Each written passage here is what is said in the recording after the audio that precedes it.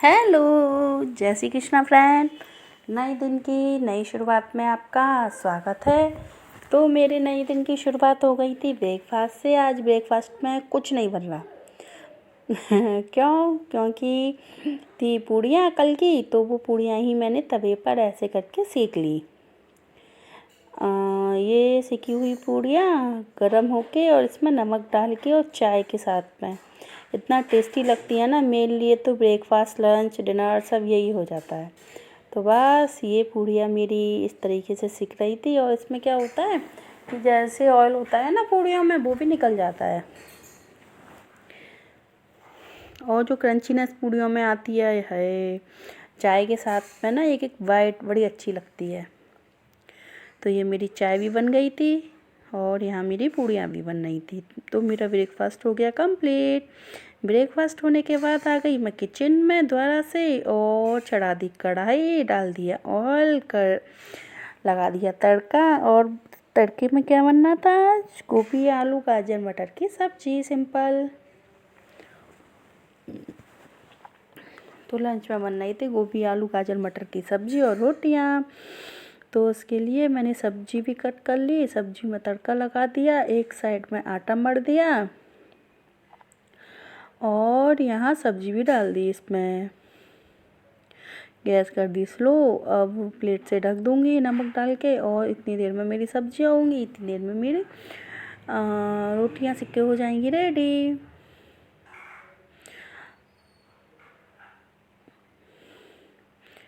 और फिर मैंने सोचा श्री महाराज सो रहे हैं, तो अपना लंच कंप्लीट करने के बाद मैं दोबारा आ गई किचन में। और शाम में बन गई थी आज आलू की सब्ज़ी।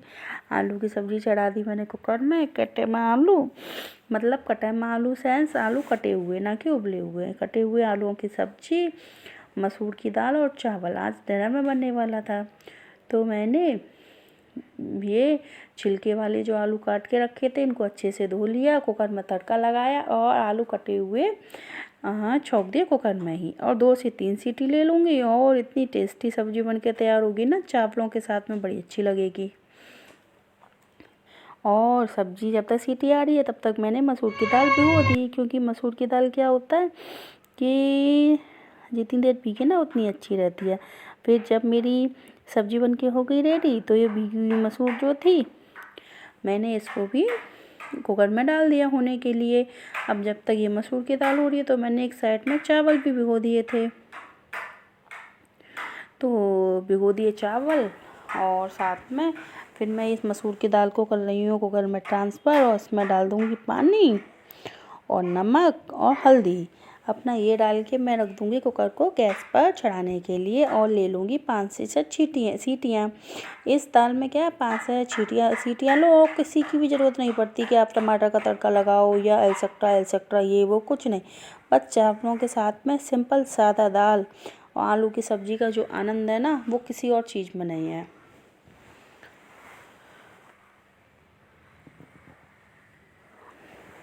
अगर मुझसे पूछा जाए ना कि सिंपल सादा खाना क्या होता है, तो मेरे हिसाब से दाल चावल सिंपल सादा खाना है ना।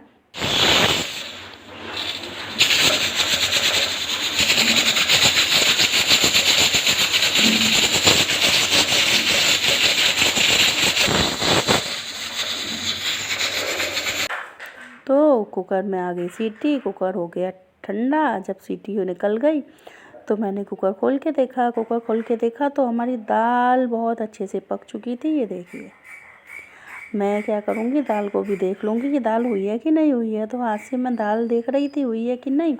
अब इसमें लगा दूँगी तड़का। तड़के में लगाने से पहले मैंने क्या किया, आज इसमें ना आधा नींबू निचोड़ लिया।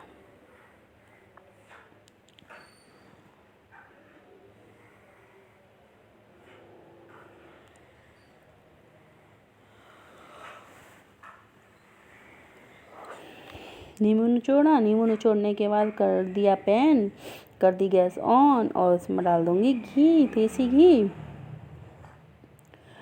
डाल दिया। घी जब तक अपना मेल्ट होगा तब तक डाल दूँगी हींग और जीरा इसमें। बिल्कुल सादा तड़का अपना जो दाल में लगेगा, और हरी मिर्च और खूब सारा हरा धनिया और अदरक, बस।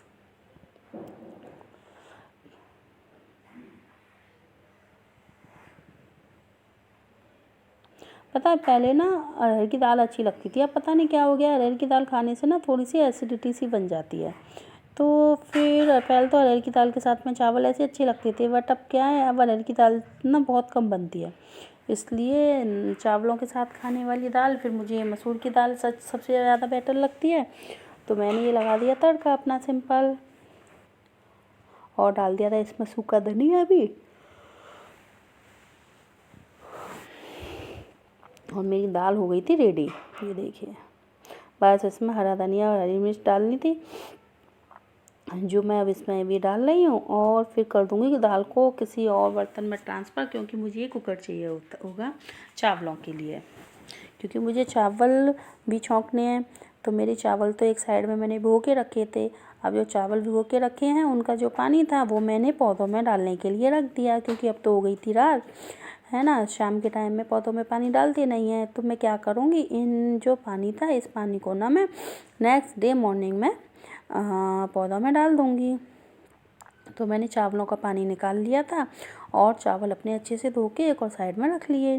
कुकर भी चढ़ा दिया, गैस कर दी ऑन, और डाल दिया घी। घी डालने के बाद इसमें डाल लूँगी तड़का। तड़के के लिए क्या डालूँगी, थोड़ा सा राई दाना। तो अब जैसे ही मेरा घी हो जाएगा उसमें डाल दूँगी मैं राई दाना, और थोड़ा सा जीरा। राई दाना और जीरे का जो तड़का चावलों में आता है ना, तो पता है चावल क्या लगते हैं कि हम ना चावलों को ना सिंपल ही खा लें। सिंपल भी अगर चावल खाएंगे तब भी ना टेस्ट ना मुंह में बड़ा अच्छा गुला गुला सा लगता है।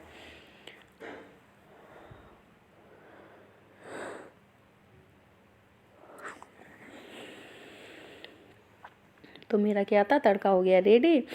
अब गैस कर दी मैंने स्लो, और अब मैं कर दूंगी इसमें चावल ट्रांसफ़र।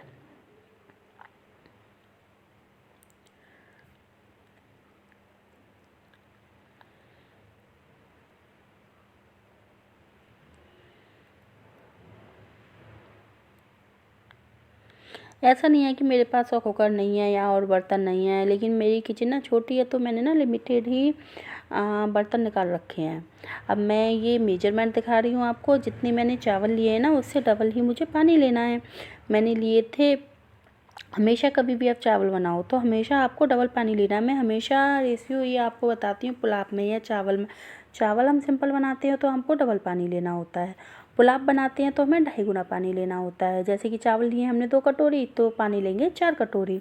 और पुलाव के लिए अगर हमने चावल 2 कटोरी लिए हैं तो हम पानी लेंगे 4.5 कटोरी, मतलब आधा कटोरी एक्स्ट्रा। क्यों? क्योंकि उसमें वेजिटेबल्स भी तो गलनी होती है ना, तो उसके लिए हमें आधा कटोरी पानी एक्स्ट्रा चाहिए होता है, हमेशा दुगने से आधा कटोरी एक्स्ट्रा पानी।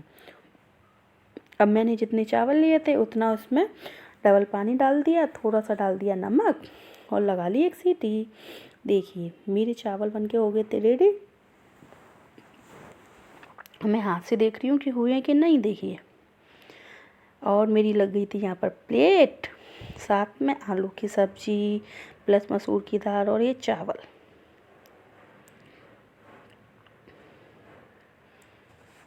आपको दाल से अच्छी लगती है कि सब्जी से, मुझे प्लीज़ ज़रूर